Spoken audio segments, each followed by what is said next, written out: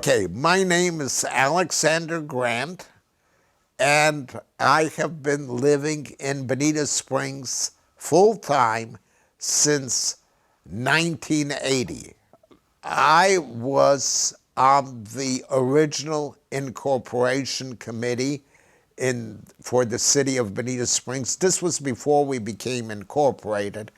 I was a member of that committee. I was the secretary of the original incorporation committee that incorporated the town or the city. And I was also the chairman of the city charter. Then I was appointed to the first local planning agency because of my background in soils, chemistry, entomology, etc. So I was on that for 4 years. And then when the city councilman for District 2 decided to run and was elected mayor, I ran for his seat. That's Jay Arendt. It was our second city mayor.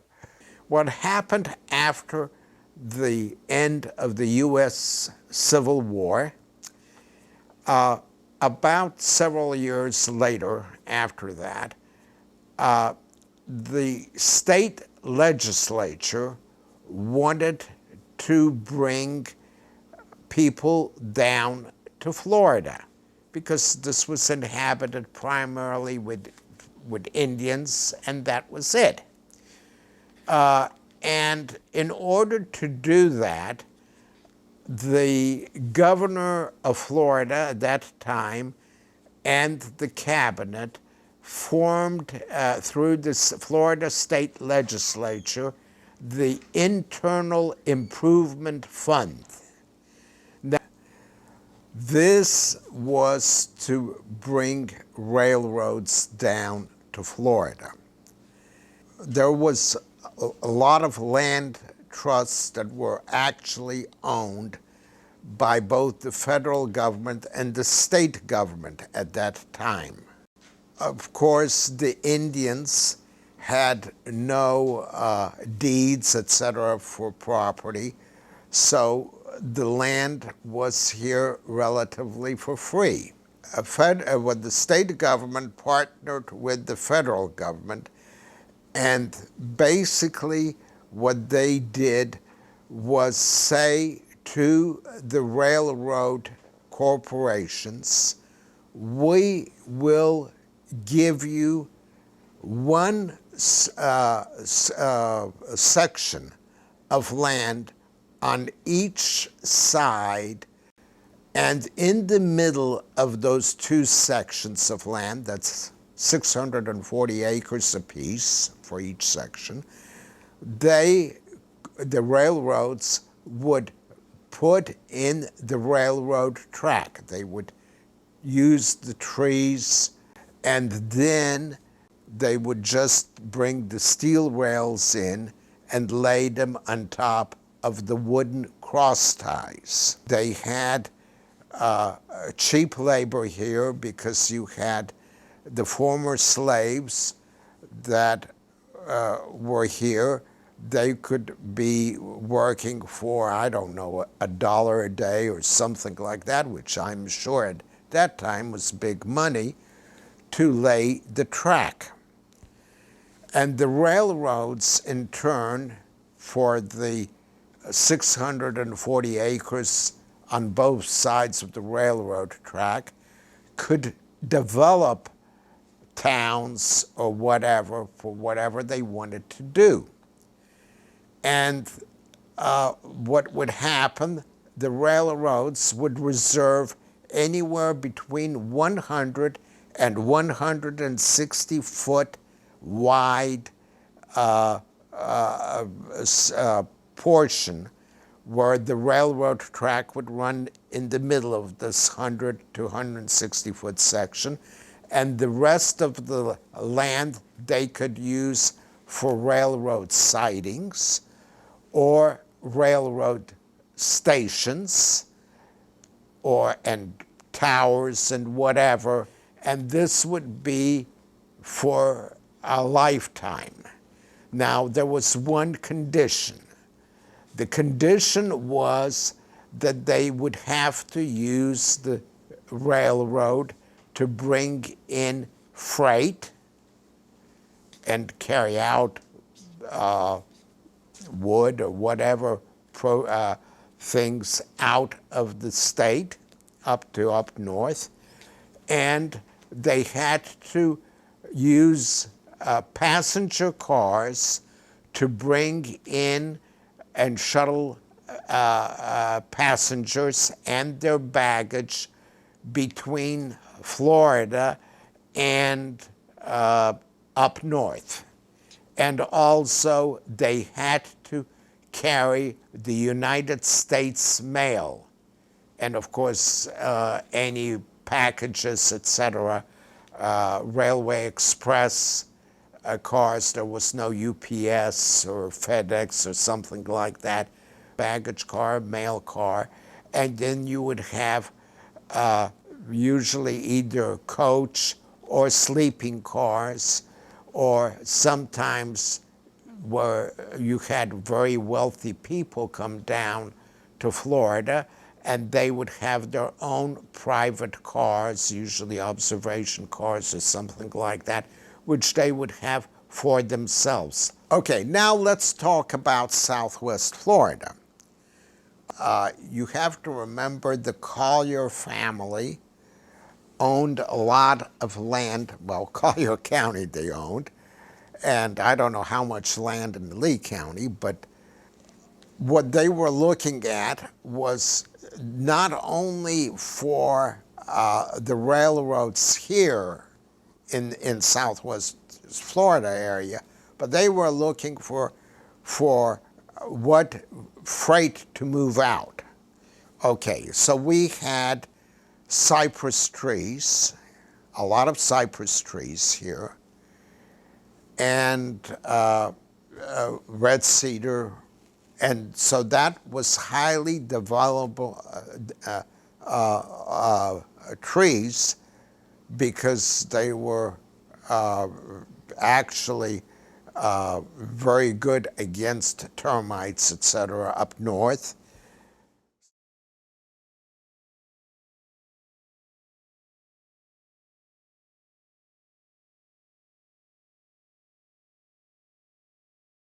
Also, we had phosphate mine in Central Florida, and they needed to ship the phosphate ore out, which they used primarily for fertilizers in the not only in the United States, but for other areas in the world.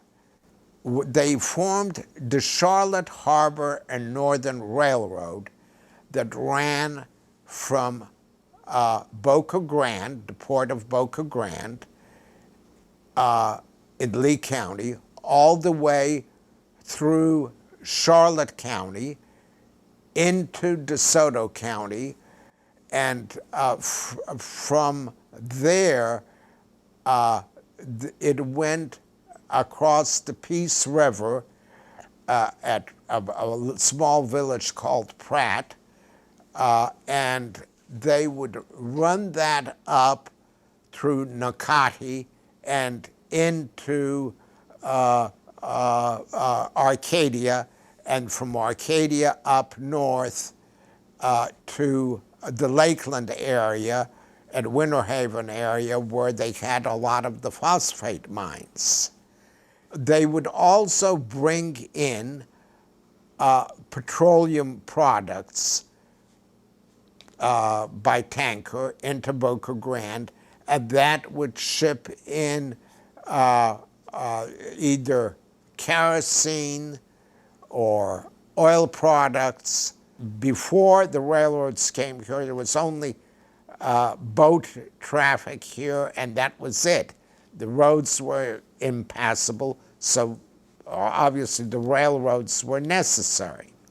The first railroad that came down here was through the plant system. It was the Atlantic Coastline Railroad. And that came down all the way from Lakeland area down to Arcadia. And then from Arcadia, it came down to this area. First, it was to Charlotte, to Port Charlotte area, and then to Fort Myers. And then the Seaboard Airline decided to come down too.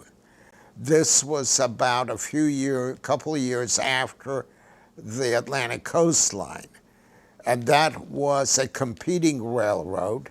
That railroad wanted to get into the gladiolas business to Punta Rassa. And at Punta Rassa, they would ship cattle. Don't forget, we had a lot of cattle in this area too. They were going to ship cattle out from the DeSoto County area and Charlotte County down. The cattle would be driven down for up north to Punta Rassa. At Punta Rassa, they would take the cattle and ship it out to up north. Then they brought in, decided to run the railroad to Naples, downtown Naples, in Parral area.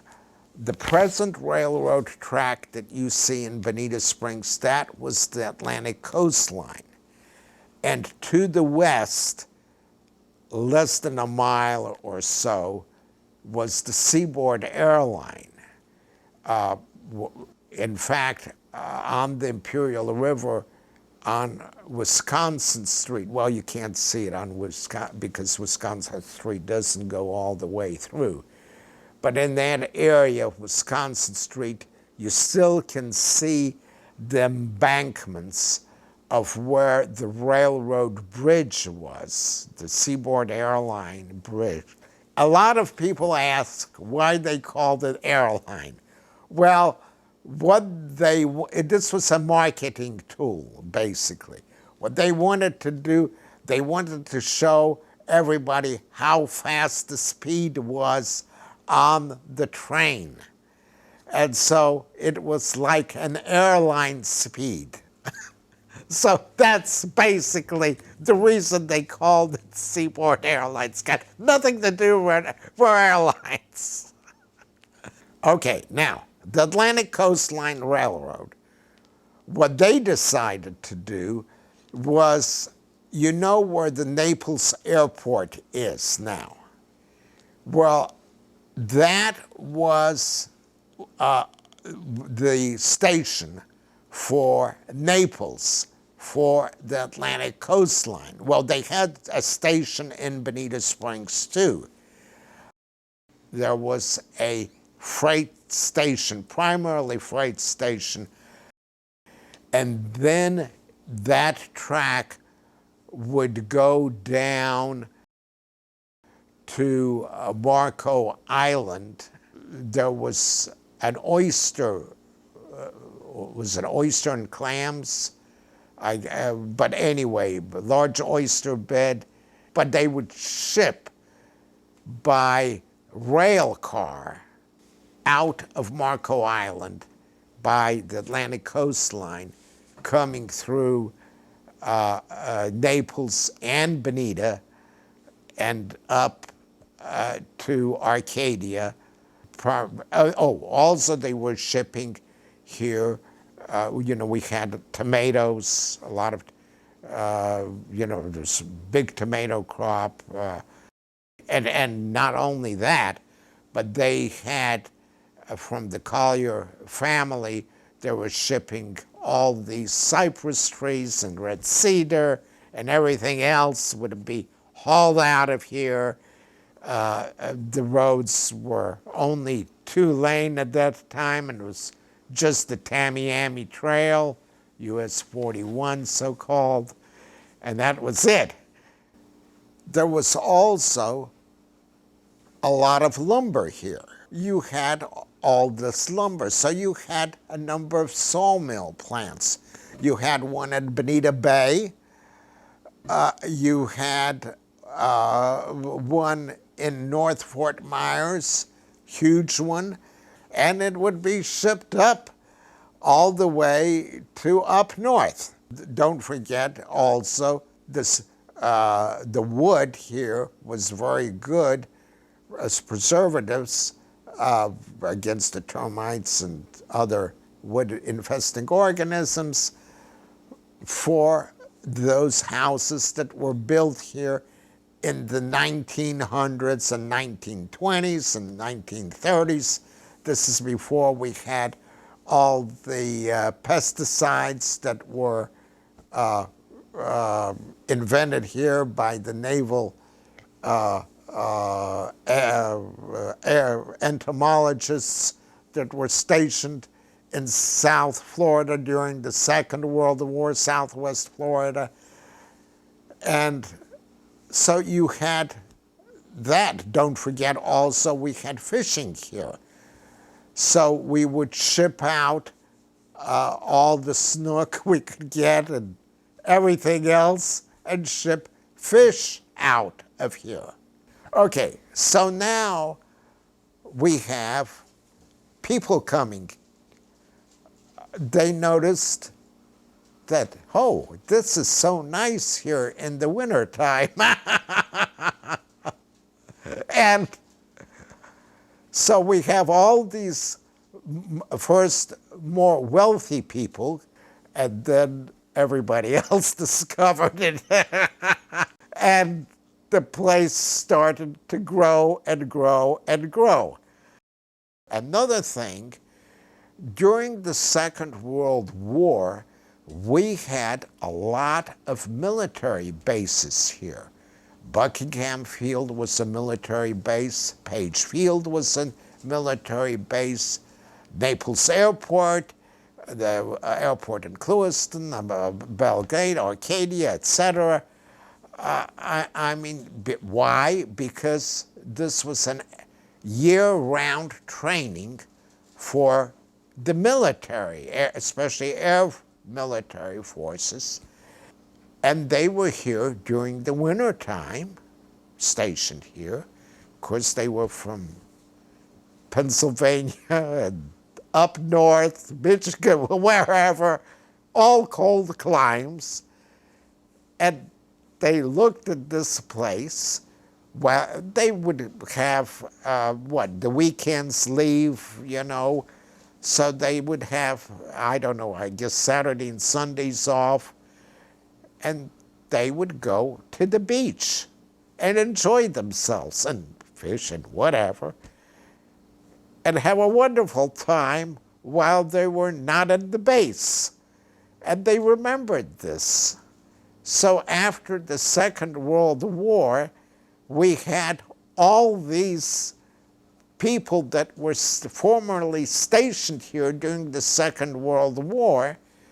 They thought, well, it's cold up north in Michigan, Wisconsin, Minnesota, Pennsylvania, and wherever else they were from, north of the Mason-Dixon line and even further south.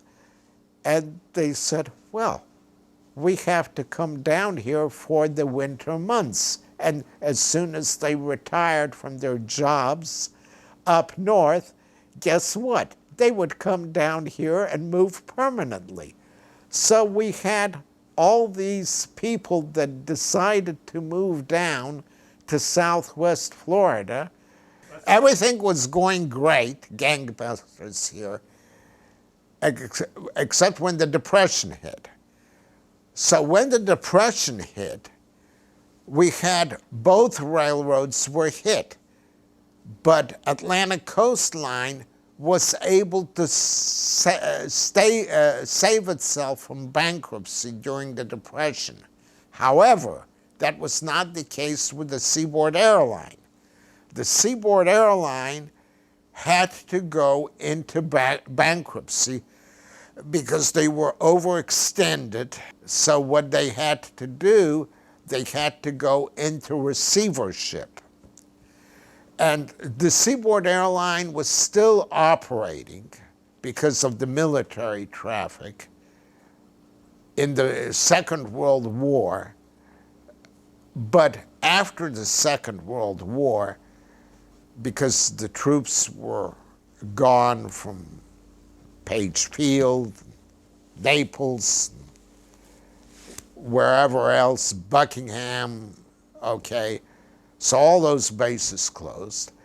Atlantic Coastline decided to buy out the Seaboard Airline track in this area, not nationwide at that time, but at that time they decided to buy out, especially in this area in Southwest Florida, all Seaboard Airline track. By the way, Seaboard Airline had the Charlotte Harbor Northern. They bought that out. So all those lines were bought out by the Atlantic Coastline.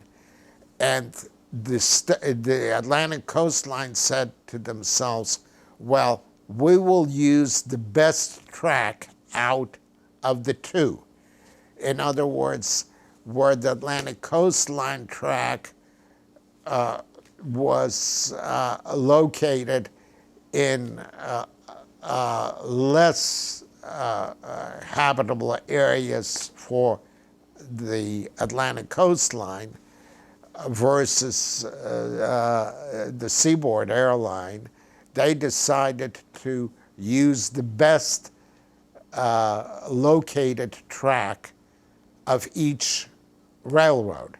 So that's how the Atlantic Coastline Railroad decided to buy out the line from Bonita Springs down to through Goodlet Frank, through Naples Community Hospital now, North Naples Hospital now, down Goodlet Frank all the way to the Naples Depot station.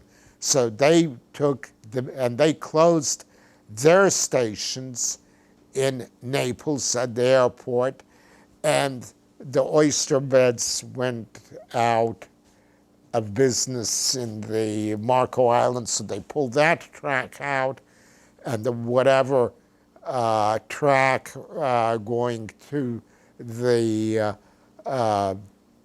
in Collier County that they shipped all this wood out of because they farmed out and destroyed all the wood they could find out, the cypress logging and the all that area. They decided, well, we don't have enough money from that, so we're going to forget that business. And so a lot of the sawmills at that time went under, etc. There were a few left. Now, you have to remember what happened here during the Second World War. I happened to have, where I was taking entomology courses at NC State University, all my professors, not all of them, but the vast majority of them, had been assigned at World War II. They were just bachelor's degree or master's in entomology before they got their PhDs. They were in the Navy. They were mostly in the Key West area. But okay, what they were here for mosquito control. The reason is they had to have mosquito control against the, not the Japanese in the World War II, but the Marines landing in all these islands in the South Pacific. And they couldn't take the malaria and all the diseases the mosquitoes were bringing. So basically, they had to have mosquito control, air conditioning, and mosquito control. That made Southwest Florida habitable.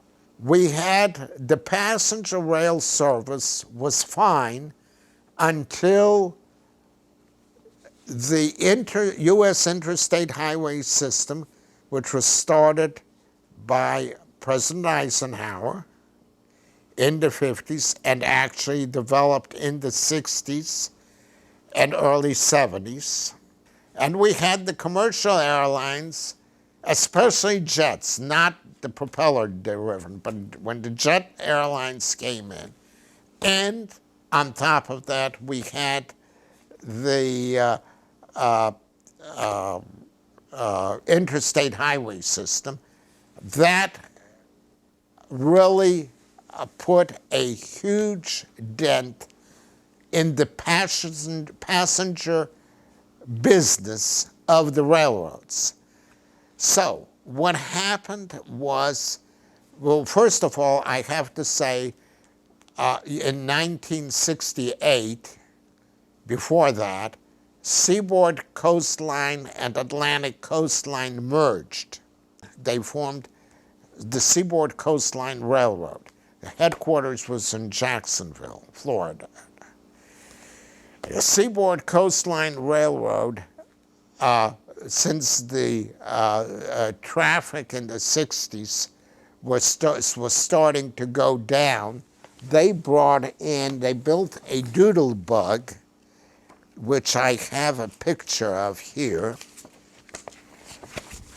And this doodle bug was an engine, and in the rear portion was a compartment for any postal or any cargo or baggage.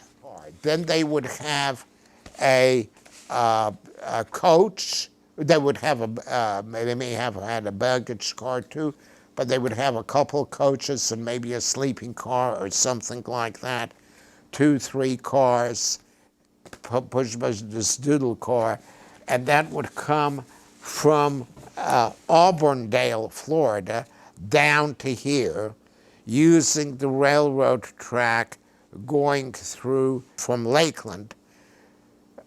There's Winston Yard right on the west side of Lakeland. They would have, the railroad track would come down through Mulberry and then come down through Hardy County at Ona, and then down to Arcadia, and then from Arcadia through Fort Ogden, then Cleveland area in Charlotte County, and Punta Gorda, and then from Punta Gorda down all the way to the Caloosahatchee River, where the dinner train now runs from Seminole Gulf Railway down all the way from Fort Myers down through Bonita, down to Naples at the depot, and then the train would turn around and go back out, back the next day from this area through Bonita Springs, and then going northward to, again, through Punta Gorda and Arcadia, all the way back to the Lakeland area. Between 68 and 71, they started losing business. So the railroads wanted to get out of passenger rail service, the big railroads. So what to do? So the railroads petitioned the federal government, the Interstate Commerce Commission at that time, And they said, we want to get out of hauling mail, U.S. mail, and passengers, because they were obligated to do that by federal law, going back to after the Civil War. So we wanted to get out of that situation since we weren't paying us. So what to do? So Congress, under President Richard Nixon, decided to pass a bill. It was called the Rail Pax Act of October 1970. That formed the National Passenger Railway Corporation, better now known as Amtrak for short.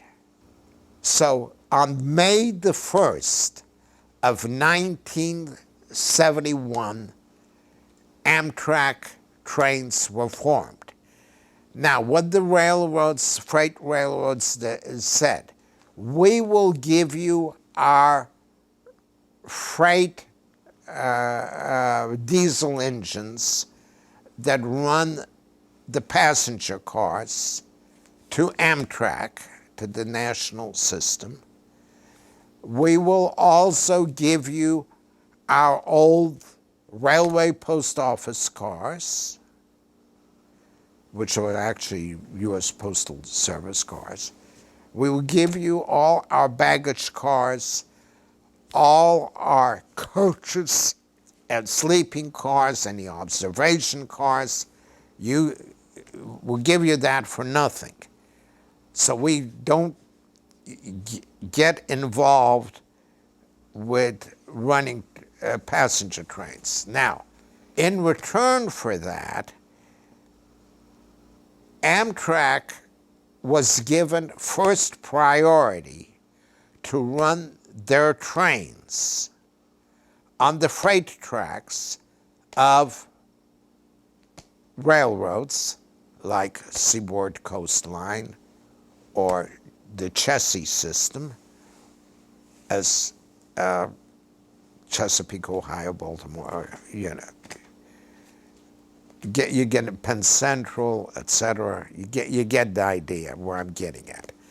So in this area, you have to remember that in 1970, there were not as many people as there are now. As a matter of fact, we had, 50, 60,000 people, permanent residents in Lee County. I don't know what was the permanent population in Collier County, but what could have been 50,000, 60,000, not too much, certainly less than in Lee County. So there was not enough business for Amtrak to make this as an endpoint. There was, one of the regulations was, in this book you'll find out, there was, when Amtrak was formed in 1971, they had what is called rail pairs. And what these rail pairs were between major cities, for instance, like New York and Miami, or Washington, D.C. and Miami. You get the message. Or Orlando, Tampa, actually Tampa. It went to St. Petersburg, but later they took the track out of St. Petersburg, but then it was just to Tampa area. But anyway, to the Tampa area, Tampa Bay area, and the Miami, West Palm Beach, Fort Lauderdale, etc. area, and of course Orlando. And the track The railroads were split between the Silver Star and Silver Meteor. The Silver Star would come to the Tampa area, and the Silver Meteor would come to Miami. Before, it was the West Coast champion and the East Coast champion. That was the passenger rail that was here in Florida. It went through the Florida East Coast Railroad track. That was the East Coast champion into Miami area. And the train, the champion, would be separated, and the West Coast champion would come to Tampa area, and there was a split in Auburndale, Florida, and then using the line, the Doodlebug, etc., and that was the West Coast champion into Naples. That was where the Doodlebug was in Seaboard Airline. Okay. April 30th of 1971, we had the last train, the passenger train, through Bonita Springs, and that was it. You have noticed that we have a few more people than in 1970. So we have grown to over 900,000 people and counting. We're probably close to 1 million permanent residents, unfortunately, in Lee County, and we will have, according to Sheriff Rumsbuck in Collier County, we will have by 2030. He's planning to have at least 900,000 permanent residents to worry about. We will have more than 2 million people in Lee and Collier County, not counting the 250,000 or 300,000 people in Charlotte County and a few other thousand people sprinkled in DeSoto County, et cetera, et cetera. So basically, I hate to say this, but this would be like, well, I don't want to say Miami, but hopefully not. Don't tell anybody where you live down here, for fear they'll join you. But anyway, plus after this pandemic thing, I have heard that there is a lot of people moving down here from every state in the Union, except maybe Hawaii. We have seen a few Hawaii license plates. How they got their cars here, I don't know. But anyway, we have what? We have the Atlantic Ocean on the east side. We have the Gulf of Mexico, another ocean on our side, and the Caribbean Sea on the south side, right?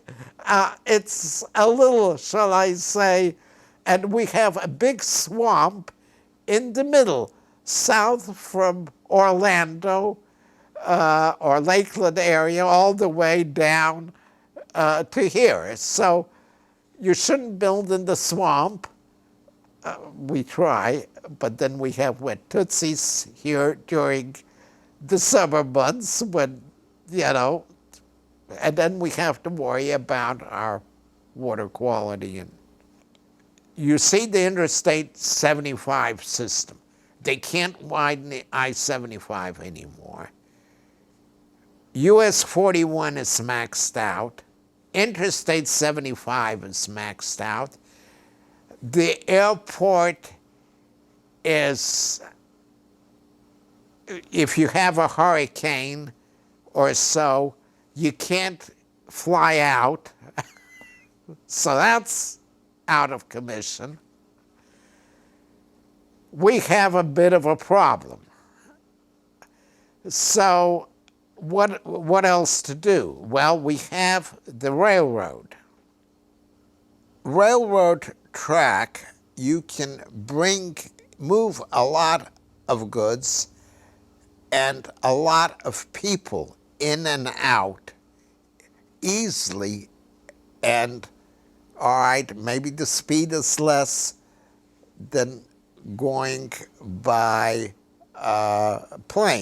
jet plane, but at least you can move people out more readily, especially during a storm season, and bring supplies in and medical equipment, etc., whatever you need, and move people that need to be moved out of here out during a storm, etc. So how do you do this? You have to use passenger rail service in order to do that. I've been asked to say a few words about the future of railroad transportation in Southwest Florida, and I'm sure among those that are listening today is Alex Grantt of Bonita, former councilman, whose insights upon railroading and knowledge of that subject is extensive. I'm not overly confident that much is going to change. And the principal reason why is that we are still obsessed on using our automobiles to get here and there. We keep putting down more highways, more concrete. It doesn't solve the traffic congestion problem. It doesn't solve the greenhouse problem. Maybe it won't even solve the next election problem. But until such time that we have total gridlock and people realize that it can't all be done with just automobiles or buses, that will, of course, be the point where we look at other kinds of transportation, perhaps electrified trolley lines that many cities in America use. I don't foresee Amtrak extending its auto train service from Sanford, Florida, down to Fort Myers. There's not that great of a demand. There could be the introduction of, shall we say, a commuter line service between Lakeland, Florida and Fort Myers, but that would require extensive federal funding and state funding. And of course, at the end of the day, there is always the question of ridership. How many people will actually use it? Because somebody has to foot the bill. The cost of building a railroad line today is immense. Yes, we do have a railroad track in position already, at least to Arcadia with Seminole Gulf, and with CSX Corporation from Lakeland all the way up, from Arcadia all the way to Lakeland. But that track would have to be brought up to passenger train standards, which is expensive. In my opinion, the future of transportation in Southwest Florida is to relieve the congested traffic by both air, road, etc., is rail. And since we have the railroad track, which is in a fairly good condition, at least till San Carlos Park, and could easily be upgraded at a very reasonable cost, less than under $10 million, to upgrade any track from San Carlos Park to the Bonita Springs area, which can easily be done by Amtrak funding. This will be able to provide 7 day a week, 365 day a year train service from the Orlando area, Orlando-Sanford area, all the way down to Bonita Springs. And this will be beneficial, especially for the old 41 area, in which we have invested a fair amount of money. That would be a big boon for all the merchants in the along Old 41 in Bonita, and it's certainly, whether to say fortunately or unfortunately, depending upon your point of view, will certainly bring a fair amount of tourists in this area. Perhaps one day in the future, we might indeed have passenger trains return to Fort Myers. I can tell you, though, with all honesty, it will never be like what occurred in the 1920s. This was the greatest era in Florida for railroad transportation. You could go anywhere at any time on train service. In Fort Myers alone, there were nearly 10 trains a day going to some destination.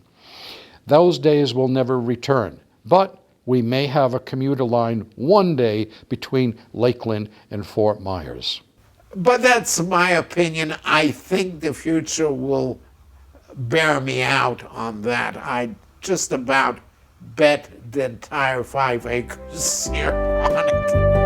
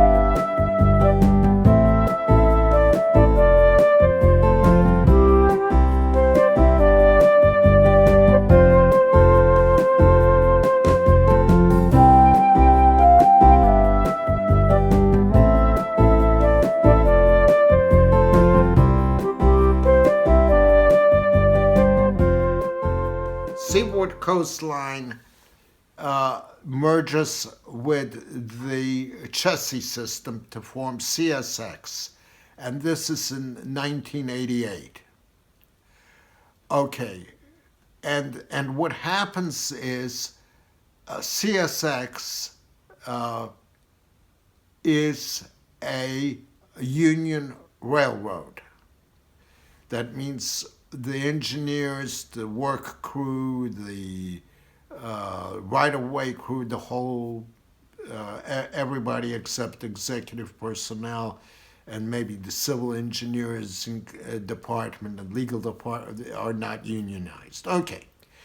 So what happens is they want, since Arcadia was the last place where they were having enough freight operation to use because of the phosphate mines, etc. Those were unit trains. So they wanted to go into unit train business, and anything else south of there they wanted to farm out. So that's why there was a gentleman's agreement between the Fays, Gordon Fay, that's the owner of the Seminole Gulf line, and also there's a line from Bradenton at Oneiko, south of Bradenton, Seaboard. CSX wanted to have the orange juice train, where that's a unit train where they ship oranges out of the Bradenton area to up north, and they ship. So they wanted to keep that for themselves, and they wanted to keep the phosphate ore for themselves, because those were nice unit trains. They could ship 50 to 100 cars, and with a couple of locomotives, etc. And they could make money on the long-distance freight trains. The trains that were, 20, 30 cars or so freight, they weren't making that much money on, And so they wanted, it was shipping paper products or whatever, some lumber, concrete, etc. They said to themselves, well, it doesn't pay us to with having all the union wages and pensions and all this other stuff. It's a lot easier if we uh, uh, use these lines that are non-unit train lines we will have with ship them to a short line. So that's how Seaboard CSX made a gentleman's agreement between CSX and Seminole Gulf Railway. To this date, uh, the CSX owns the right of way, but Seaboard, Seminole Gulf Railroad owns actually the track and improves the track. So that was the responsibility of Gordon Fay and the Seminole Gulf, and there was a minimal amount of money that the Fays would pay CSX for the trackage, the actual railroad tracks that are on the CSX-owned land. Seminole Gulf owns the locomotives. Now, on the freight trains, the freight cars are owned. For instance, the propane cars are owned by the propane tank company that ships propane into the Fort Myers and San Carlos Park area. And they may ship 10, 12 cars at a time. And so that track has to be in tip-top shape because their propane tank cars are, 74, 75 feet long and carry an awful lot of propane. And naturally, there's the liability issue of running these type of propane tank cars through downtown Fort Myers, and neither the railroad nor the tank car company or the propane receiving companies want to be liable for any accidents that should occur on the train track. So that train track has to be in tip-top shape, regulated by the Federal Railroad Administration. It's the what was before the Interstate Commerce Commission. So that train track is up to Amtrak rail standards. There's a dinner train that is a money maker, I think in excess of $1 million a year profit for the Fay family, owners of Seminole Gulf, for running the dinner train. I don't know how they're doing in the pandemic, but before the pandemic, they were, of course, running 5 days a week a dinner train from, I believe, near the Lee County Administrative Headquarters on Colonial Boulevard. That dinner train would go all the way to, I think, just south of the crossover line. I don't know which highway it is, but it's that connects US 41 with Interstate 75, about 10 miles south of Arcadia, Florida.